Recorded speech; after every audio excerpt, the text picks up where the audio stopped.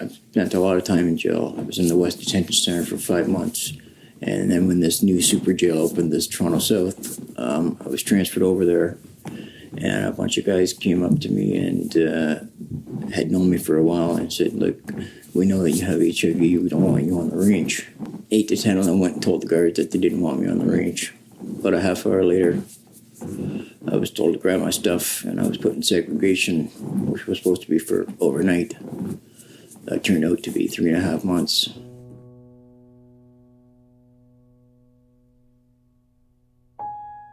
I'm always very open about my illness.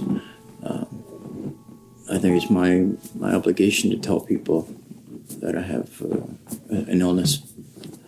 And I do that. That's the reason why I got into the bind that I just had this time in jail. It's because of I was open with it and always am. I ended up in the hospital. I got really, really sick there. I was not allowed to have showers at times. Couldn't go to the yard. I had to listen to screaming night and day. They had no medical facility open at this jail. You could be put there if you're just coming off the street and you're withdrawn from drugs. That I could understand if they don't have a medical unit. But people are put there for suicide watch. As I found out now, you can be put there for anything. Really, I was put there for being sick. I ended up in the hospital there. My face was swollen, the size of a golf ball. Even after I got back from the hospital to the jail, they put me back in segregation because it became a stigma even with the guards.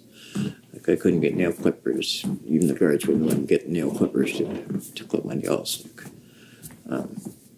That's how bad it got at this new place. And society's can't move backwards. When you don't know about the disease, it's different. You can be afraid of it, but a lot of people know about it now. It turned into a nightmare. I started getting isolated, like feeling isolated after a couple months being in segregation and no end to it. Inside, right? Started getting scared. I'm very, just saying calm, but vibrating. Finally, when I first got out of segregation for the first time, I was put on a range after complaining for 2.5 months. I was finally put onto a range, and I was on the range for a month. And then when I got sentenced on some charges, I knew I was going to be transferred to the new jail, or the North Correctional Center in Penetang. And I had been up there prior to that, and because that's a jail that's outside of Toronto, again, you get isolated because of having HIV. You're not allowed to use the phones up there. You can't sit at the table with people in need. It gets to be, the guys up there are different. It's not like a city where 70% of the people have an illness, whether it's Hep C or HIV, right? Up there it's a little different, so they shun upon it. So I wrote a letter to the superintendent asking to stay there because I was finally on a range. And I only had 30-something days left to finish. I never got a reply from that. The following week, they called me for a transfer, and I refused to transfer. I explained to the captain at first, this is why I'm refusing, that if I go up there, I'm going to end up, having a lot of problems because of my illness. And at first, the captain went along with it and put me back on my range. And the following week again, after talking to the social worker and talking to everybody to try and just stay there for the last 20-something days now. The following week, again, they called me for a transfer. Again, I was taken down A&D. This time it was a different captain. When I explained my story, this captain took it upon herself to just throw me in segregation, loss of all privileges. To her, it wasn't a viable reason, which turns out that it is, because it turns out to be a human rights issue. And basically that's how I ended up back in segregation for another month and ended up in St. Joe's Hospital for a week.